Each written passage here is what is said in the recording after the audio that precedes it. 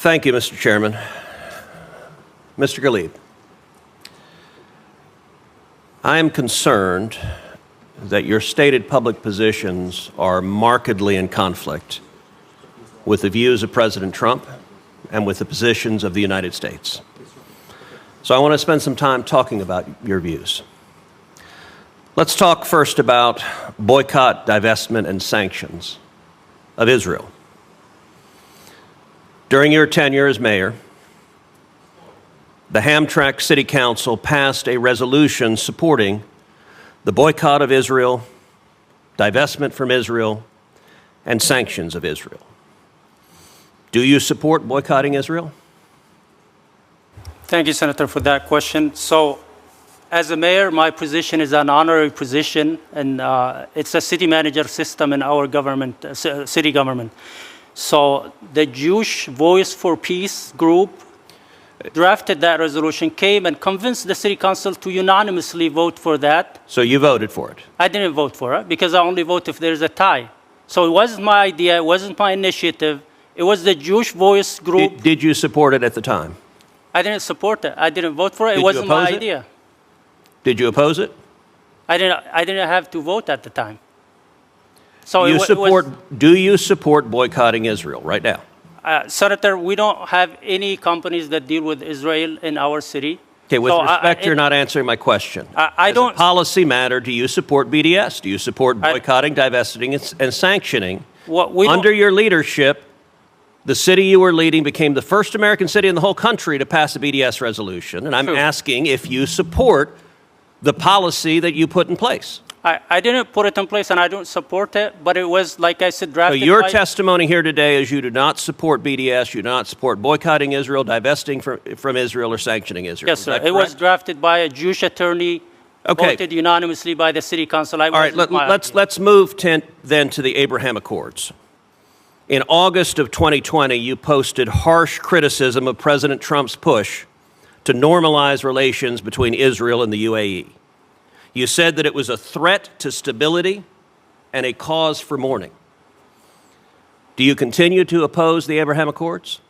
I don't recall writing that, Senator, but at the time, as you know, I was opposed to the president. Up until 2024, I was still not a supporter of President Trump until... So you opposed President Trump. My question is, do you oppose the Abraham Accords? No, Senator. I think there's a great opportunity at this time to have a growing momentum and to move with the President Trump peace plan. And there's a great opportunity that we can treat everybody fairly and accomplish regional stability, a long-term, everlasting peace, and get everybody involved in this. So in this same post, you described Saddam Hussein as a martyr. Do you continue to believe Saddam Hussein was a martyr? Thank you, Senator, for that question. This is the third time I'm asked. And as I said, I was a private citizen in 2020. I'm just asking your views. Yes, thank you. I will clarify that. It was the day of January 7, 2020, when our military bases were attacked by Iran. And in a moment of anger, because we didn't respond. So I asked you about today. Do you continue to believe Saddam Hussein was a martyr today? Senator, I don't think that, no doubt that Saddam was a dictator. And I said it earlier, if this offended anybody who suffered from Saddam, who lost a loved one, I apologize about that. Okay, so you're not answering my question. Do you believe today that Saddam Hussein was a martyr? That's a yes or no. I can say no. It wouldn't matter. He's in God's hand. He will get the treatment he deserves. I'm not. All right. In August of 2020, you posted that the Muslim Brotherhood was an inspiration. Do you continue to believe the Muslim Brotherhood is an inspiration? Thank you, Senator. I think a lot of my posts were written in Arabic and mistranslated. I believe that, it's an ideology. It's not just a group of people. I disagree with a lot of things that they do. Some of them are extremists. Some of them are part of some governments in the Middle East. So I trust our government to do the research and Okay, again, my question was simple and straightforward. Do you continue to believe the Muslim Brotherhood is an inspiration? No, I'm not part of it. I don't believe in that. But if you did post it in 2020. Let me ask you, How would you be able to serve as an ambassador if President Trump designates the Muslim Brotherhood as a terrorist organization? I have legislation to do that. I believe it is likely the Trump administration will designate the Muslim Brotherhood as a terrorist organization. Hamas is the Muslim Brotherhood in Palestine. I would trust the president, and if it's designated, I will be committed to implement President Trump's policies. I'm not, I trust the president's policy, and if confirmed, I will be implementing the policies of the administration. I mean, I wouldn't go against the president and his policies. Mr. Ghalib, I will say, from your long-standing public positions, it appears you have a deep-felt and passionate view about the Middle East, but it is a view that is in direct conflict with the policy positions of President Trump and this administration. I will point out also that, and you've been asked about this before, but it is really quite astonishing, that on Facebook, you liked a post that called Jews monkeys for their own benefit. Thank you, Senator. Why would you like a post that calls Jews monkeys? Thank you. I explained that earlier. From 2010 to 2000, before I became the mayor, I used to have a bad habit of acknowledging every post, every comment under my post. Doesn't mean that I agree with it, just acknowledging. But there were a response under that was not translated or interpreted that says you can say this in your country but not in this country, which means that I did not agree with that post, even though I acknowledge it. I know it was a bad habit, but let me be clear. I don't agree with that statement, and I treat everybody with respect in my official capacity. And let's be clear, the statement that you liked said they are all monkeys for their own benefit. So every Jew is a monkey. I don't agree with that statement, Senator. And the person who wrote it is mentally challenged in our community. He is well known. I used to have this idea of inclusivity in my past, ideology. I changed in 2024. I changed even my party, Mr. Ghalib, there may well be positions within the Trump administration that you are qualified to perform in that are unrelated to these issues that you have such passionate beliefs about. I believe your beliefs are sincere.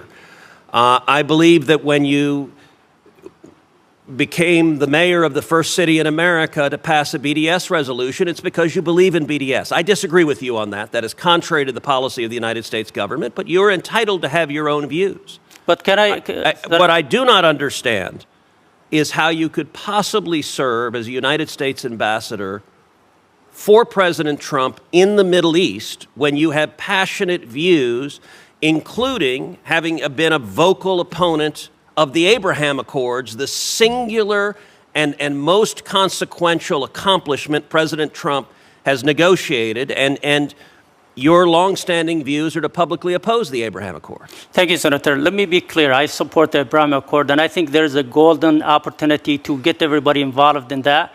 And let me be clear, in February of 2022, as the mayor, the first thing I did is to pass a resolution to condemn anti-Semitism. It's documented. That's what I perform in my official capacity. The other things, people are making assumptions based, trying to judge my intention. I'm curious, would a statement like all Jews are monkeys, would that qualify as anti-Semitism? Well, that's, somebody wrote it who's mentally challenged. Now, my question is, does the statement all Jews are monkeys, does that qualify as anti-Semitism? I don't agree with it, Senator. Okay, you're not answering my question. It's definitely anti-Semitism, but clicking on it doesn't mean I endorse it. It's well, just actually, like means exactly that. When you like something, it means you like Senator, something. Every post since 2010, every comment, because I used to have like 10, 20 comments, I used to acknowledge it, to read it, but sometimes I would respond under it to oppose it. And there was a response here that wasn't translated by the media that says you cannot say this in your country. It wasn't translated. And when I met with Senator... But that's not disagreeing with the statement that all Jews are monkeys. But let me be clear now. I disagree with that. But you didn't at the time. You are making assumptions, sir. No, I'm asking. I'm not making an assumption. That's a question. I did disagree at the time, and I still disagree. Did you disagree publicly? Did you say a word of disagreement, or was your only public statement a like, which is the universal method of saying you like something and agree with it? Everybody who asked me, I told them it doesn't mean I endorse it. It's just acknowledging reading it, but I am opposing that, and I make it clear now. I passed a resolution to condemn anti-Semitism in all forms or shape. So, you mentioned earlier that the posts were in Arabic and they haven't been translated right. I have in my hands right now one of those Arabic posts on August 13th, 2020, and I have the English translation. Among other things, you talk about individuals who died in Egyptian prisons, and you said, quote, "They die to be etched on the pages of history, stained in positions that inspire generations and make millions of Brotherhood fans exposed to a global demonic campaign and unprecedented demonic media infliction. I have only seen such situations in the martyr Saddam Hussein and his companions. May God have mercy on them." Thank you, Senator, for that question. I was talking about standing firm for the cause of a person. Doesn't mean I agree with him. I am a strong advocate of democracy in the Middle East. Yes, I was against the military coup, and I believe in democracy. That's the best value that we have, and we want everybody to enjoy that value in the Middle East. So I was advocating for democracy in the Middle East. Doesn't mean that I support certain group, but I support democracy. And well, as I said, I think your longstanding views are directly contrary to the views and positions of President Trump and to the position of the United States. I, for one, am not going to be able to support your confirmation. And I want to enter into the record this post in both the Arabic and English translation. I ask that it be entered into the record. It'll be entered into the record without objection. Look, I think the facts here are quite clear, and your longstanding position is directly contrary to that of the president's. Senator, if confirmed, I will be implementing President Trump's policies with Thank no you. objections. Thank you. I want to thank all of you for your patience today, your participation, the answers that you provided to the committee. Before closing, I'd like to ask unanimous consent to add any letters of support the committee may have received to the record, and those will be admitted into the record without objection. The hearing stands adjourned.